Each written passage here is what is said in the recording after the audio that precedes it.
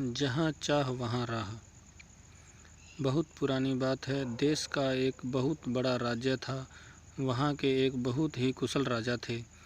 वह समय समय पर अपनी जनता का परीक्षण किया करते थे ताकि बुरे वक्त में वह अपने राज्य को किसी भी आपत्ति से बाहर निकाल सकें।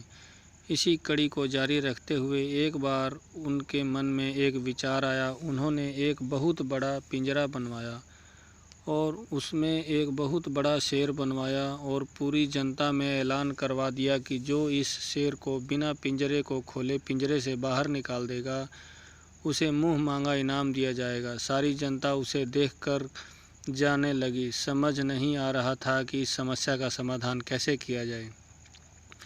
तभी एक समझदार व्यक्ति वहां आया और उसने पिंजरे को ध्यान से देखा और उस पिंजरे के अंदर बंद शेर को भी ध्यान से देखा। देखने पर उसे समझ में आ गया कि इस समस्या का समाधान कैसे किया जाए। उसने राजा के पास जाकर इस चुनौती को स्वीकार कर लिया और उसने कहा कि इस शेर को पिंजरे से बाहर मैं निकाल सकता हूँ। अगले दिन पूरे राज्य की सभा बुलाई गई और उस व्यक्ति को बुलाया गया ताकि वह शेर को पिंजरे से बाहर निकाल सके। उसने राजा को कहा कि इस पिंजरे के चारों तरफ आग का प्रबंध किया जाए। राजा के आज्ञा अनुसार ऐसा ही किया गया।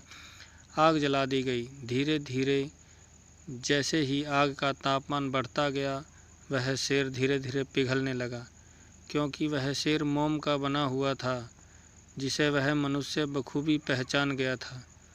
और इस तरह उसने अपनी समझदारी से शेर को बिना पिंजरा खोले पिंजरे से बाहर निकाल दिया, क्योंकि धीरे धीरे गर्म होकर मोम पिघल गया और वह पिंजरे से बाहर निकल गया। उसकी समझदारी को देखकर सभी ताली बजाने लगे। इसलिए कहा जाता है कि किसी भी समस्या से घबराना नहीं चाहिए और सूझबूझ से काम करना चाहिए। धन्यवाद।